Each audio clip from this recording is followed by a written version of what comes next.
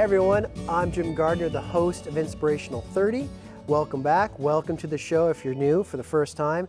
This is the little journey that I take where I get to sit down with some amazing people, really with the goal of inspiring you and myself to be better versions of ourselves in our day-to-day lives.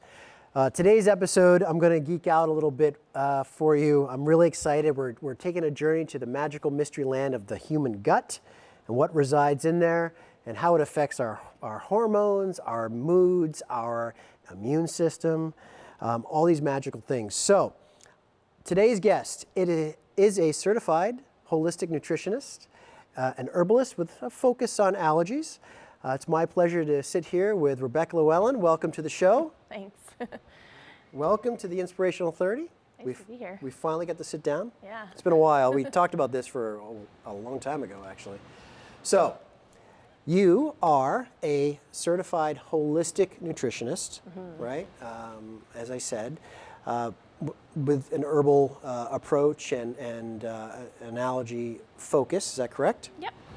But I think the amazing thing about you was you weren't always that. You were pharmaceutical land. You were the white lab coats and all that stuff, right? Yeah.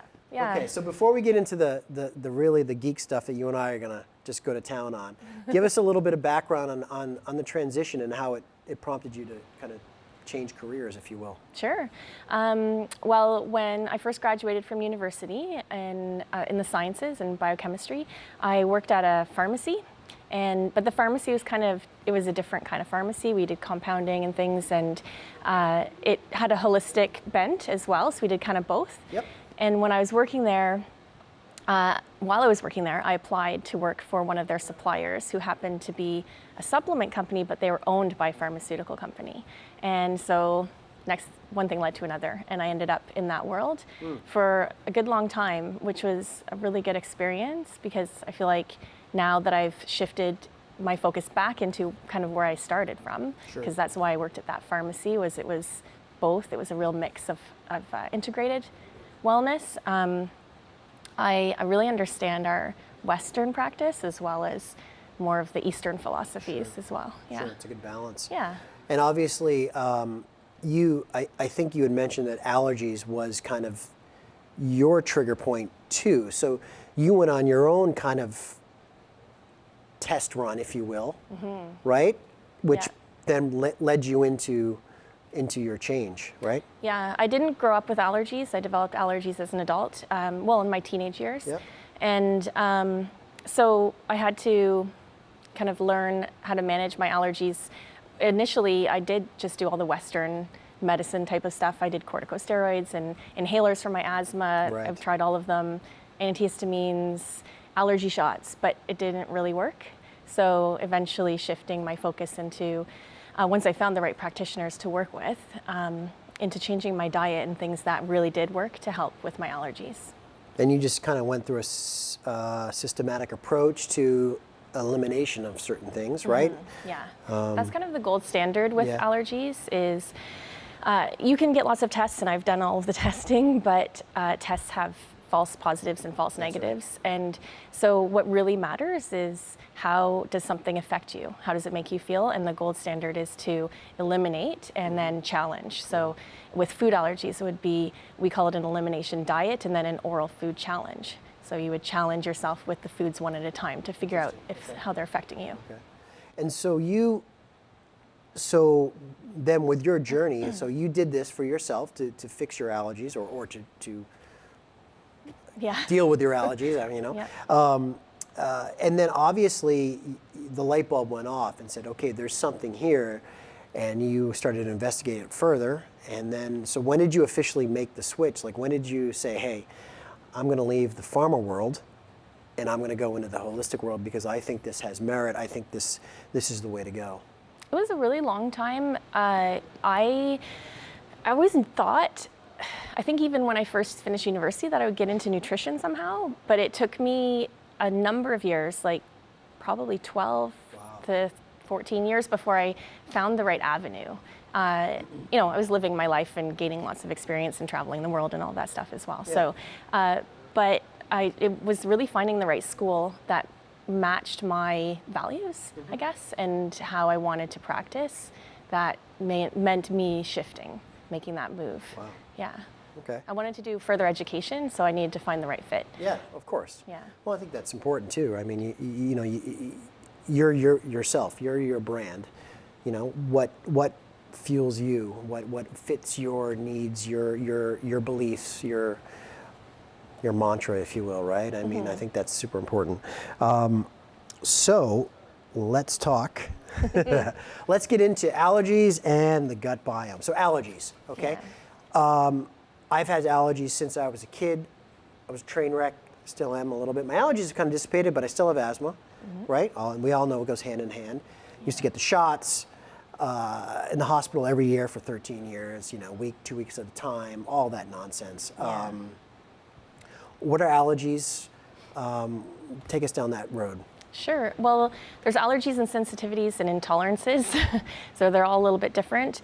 But if we want to talk about strict allergies, it's really your immune system is recognizing things that it shouldn't as bad things that it attacks. So Overactive? yeah, it is kind of overactive. overactive. Okay. Yeah, it's your immune system's pretty strong, but it's doing the wrong things. So you need to bring it back into balance, kind of modulate it. Okay. Yeah, and so that's the most simplified way of describing Okay. allergy. Yeah, there's a bunch of different immune molecules that are involved in allergy. So the ones we talk about the most are the antibodies, so the IgG and the IgE, and yeah. Okay. So you mentioned a great word there, allergies connected to immune system. So our next big thing, gut biome, which is super huge these days. Everyone's starting to really pay attention to the gut biome.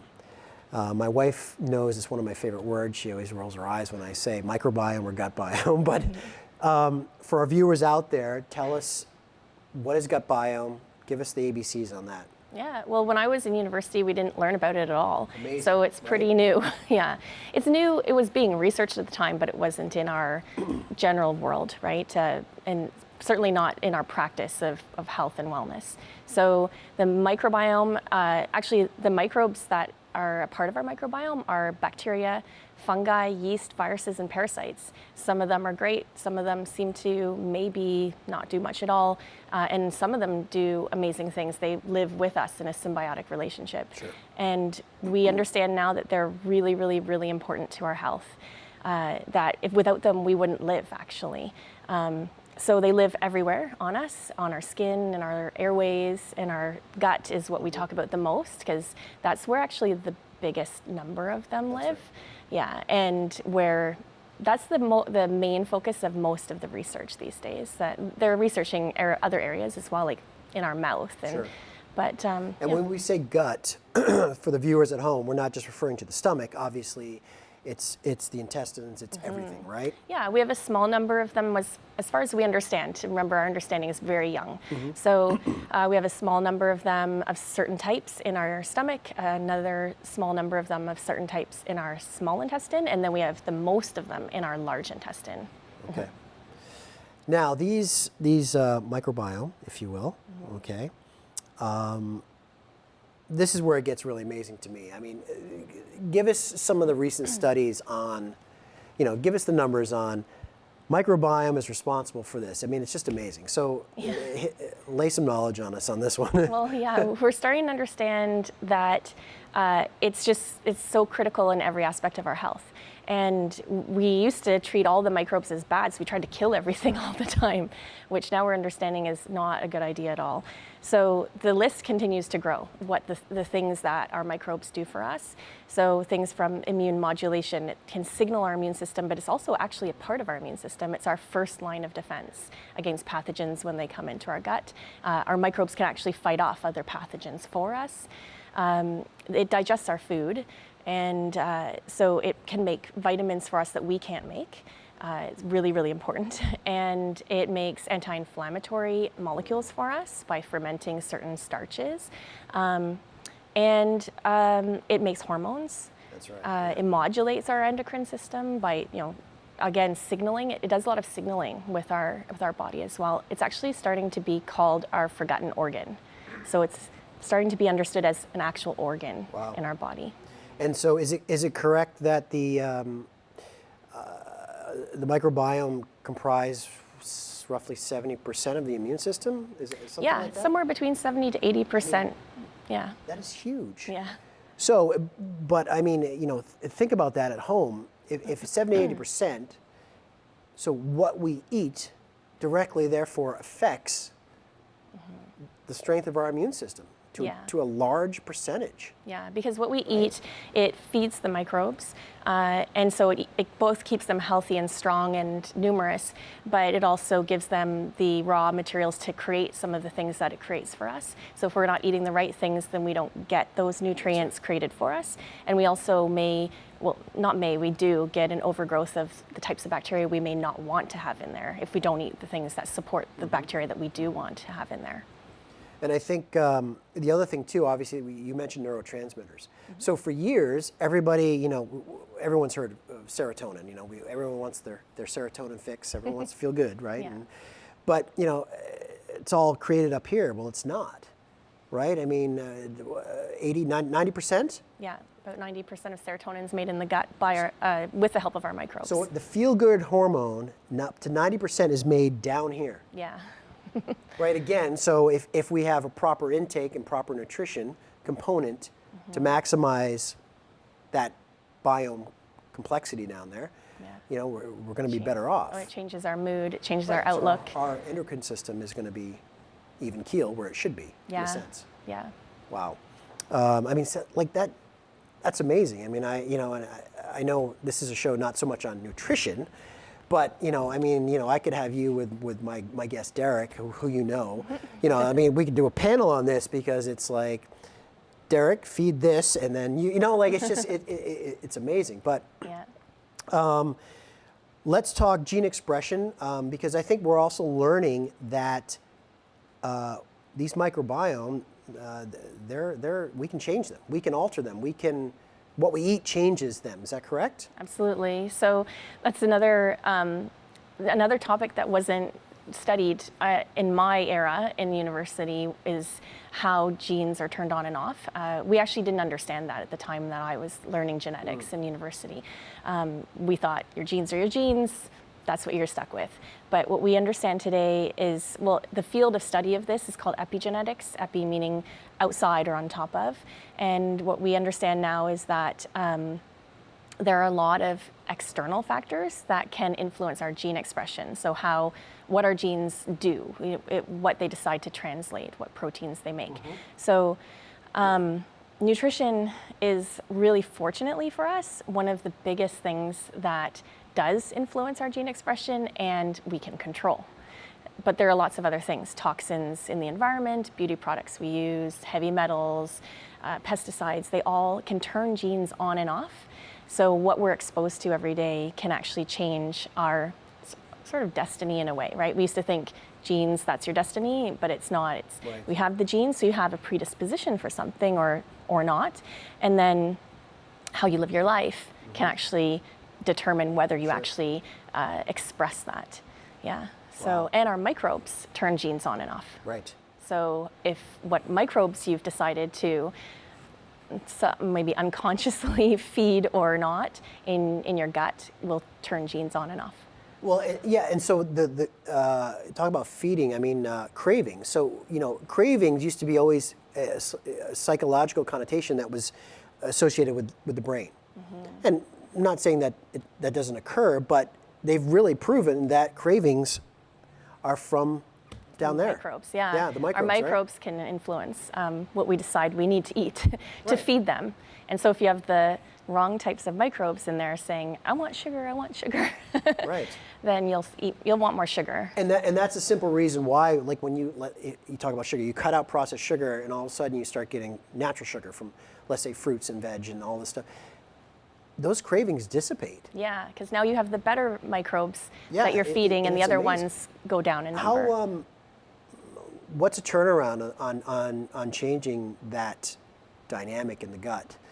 I would say it depends on the person. Everything's very individual, but it doesn't take that long. Yeah. Sometimes a week, sometimes a couple weeks, and then you not start that to see the long. shift. Yeah, and so, you know, because I mean, obviously everyone wants that instant fix, you know, whether it's diet, whether it's this or that, but I mean, at least that's not a long time for people to kind of, to try something and say, hey, I can make a difference, you know? Absolutely. God, so much to talk about, but Yeah. Obviously the thing that's killing our gut biome is how the antibiotic world has come into play and is so prevalent with, I don't feel good, take this, I'll see you, come back in 5 days, Yeah. right? And then obviously never not to mention all the food and all the other stuff that are therefore getting or injected or treated with or whatever with those chemicals, right? Or antibiotics, right? Yeah, so touch on that. absolutely. Obviously probiotics, how to combat that. But Yeah. give us a little on that. I know so much to talk I about. know, it's like, Well, yeah, we've definitely been abusing antibiotics in like therapeutically, but I think even more importantly, we've been abusing antibiotics in our food supply. So factory farming of animals is a really big issue. And so when you're eating animal products that are not organic, then you're going to be getting a dose of antibiotics every time you eat. in Antibiotics 101, they kill All your microbes. all your microbes, Yeah, right? they're pretty Okay. non-selective. There are some more selective antibiotics, but they're still, even the more selective ones are still going to kill some of the microbes that we need. So we do need antibiotic. I like to call it a medical technology. It is, and we need to really treat it with respect and cautiously use it. So when using it prophylactically, meaning for prevention, and for things like colds, which is a virus, it doesn't even work, is really, really irresponsible. So with some obvious exceptions. So I think we just need to be really careful about our antibiotic use, and once in a while when we do need it for life-saving purposes, then you need to then take care of yourself to bring your microbes back into check. Which is a probiotic. Typically, Right. yeah, you can use probiotic supplements because then you can get a big dose that's a standardized, you know, a certain number of microbes and a certain types of microbes that we know are beneficial so far, because what we know is the tip of the iceberg. And then what I always like to encourage people to do is to eat probiotic foods. So natural probiotic foods. I like that to be as part of everybody's lifestyle. It was our ancestors, it was part of their lifestyle, partly out of necessity. But when you look back on how people used to eat and how they used to live their life, like their lifestyles, so many of the things that we now have research on the benefit were just natural to our ancestors, right? It was part of their life, and now we understand more scientifically the benefits of all the things that they did, you know, the meditation, the yogas, and then a lot of the dietary things like fermenting your foods. Yeah, I know we're going to talk about that if we have time. Yeah. But I do want to, so much knowledge, but someone comes to you that needs help, right? I know you have a systematic approach. We touched on it a little bit in the beginning for you, but you've developed your own thing. So someone comes to you with, poor immune system or allergies or wants a holistic approach. How would you go about assessing them? Well, typically, if they're coming for very allergy specifics, I tend to have people come for allergy and autoimmune stuff. Okay. Which are all in the same ballpark, but all slightly different. So I like to encourage people to do the elimination diet / oral food challenge so that they can figure out, we can figure out what's really working for them and what's not working for them. And then from there, it's managing the allergies by removing the allergens, so removing typically foods, that's what a lot of people come for lately. Removing them and then going through a process of healing the gut and re-inoculating or recolonizing the gut. So eating the probiotic foods, taking probiotic supplements when they're needed, and then healing the gut using herbs and. So that's your 4 R's that you mentioned to me before, right? Mm-hmm. Okay. Yeah. Because that's interesting because I think you had mentioned a lot of times the lining, so the repair is also not just the biome themselves. It's the lining, which is the lining deal with the absorption. How does that work? Like, what are we repairing the lining for? Well, the lining of the gut is semi-permeable. It's quite thin, and it's very easily damaged. It gets very damaged when you have food allergy because it gets all inflamed and you get, they call it leaky gut, or yeah, yes, they call it. It's the easy way to remember it. And so you get things that get through the semi-permeable membrane that shouldn't, and then you get allergy because your immune system says, whoa, that's not supposed to be out of the gut. And the lining of your gut is part of your immune system.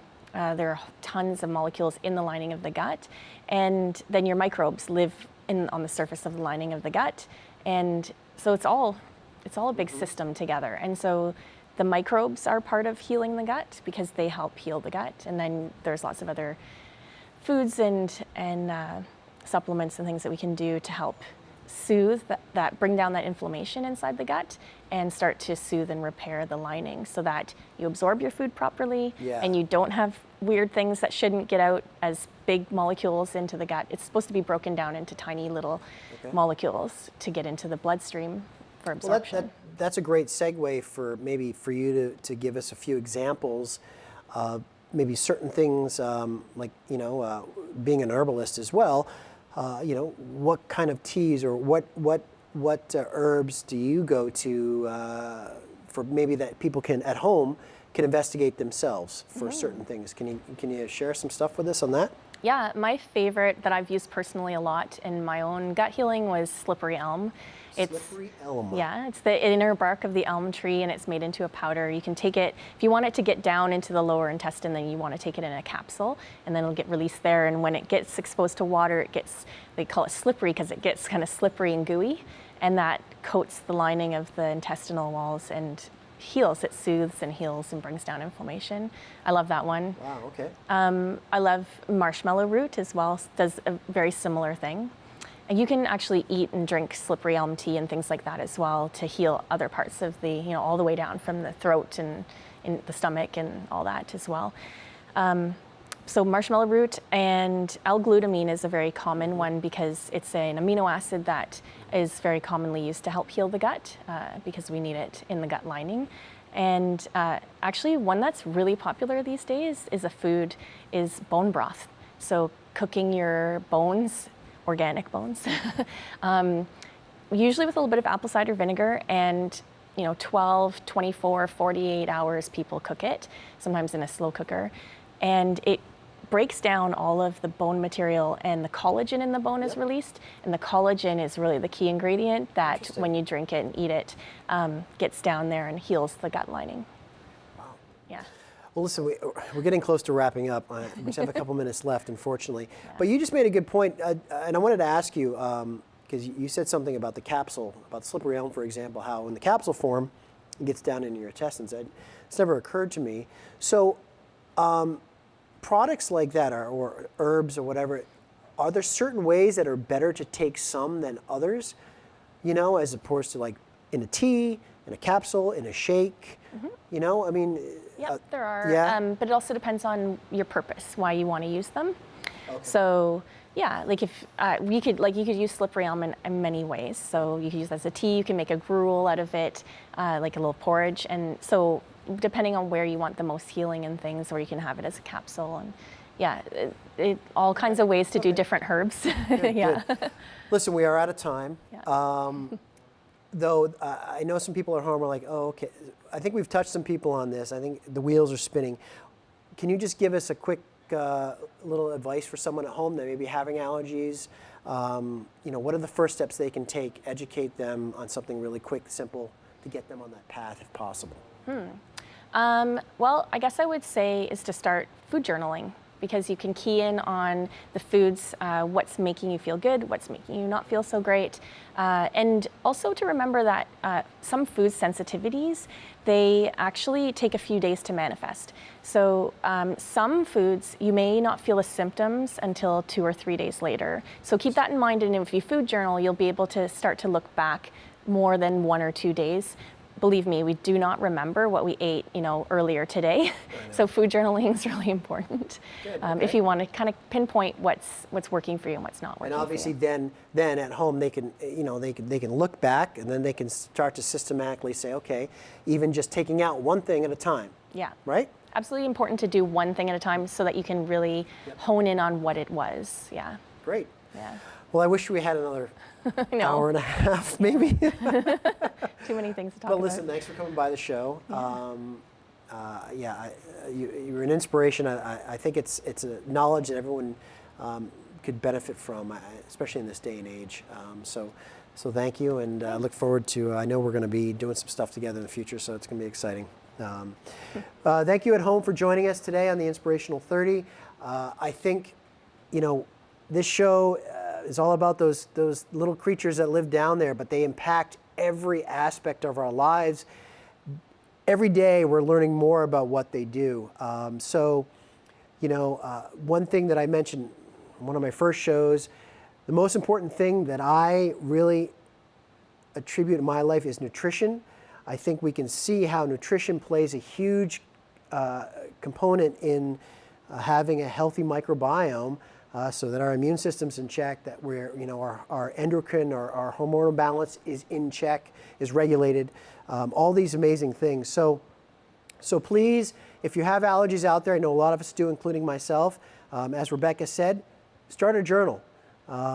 It's a great, simple approach to monitoring not only what's going in, right, but then how it's affecting you. And I think you may be able to combat two things at once there. So look forward to you on the next episode of the Inspirational 30. Stay tuned and stay inspired.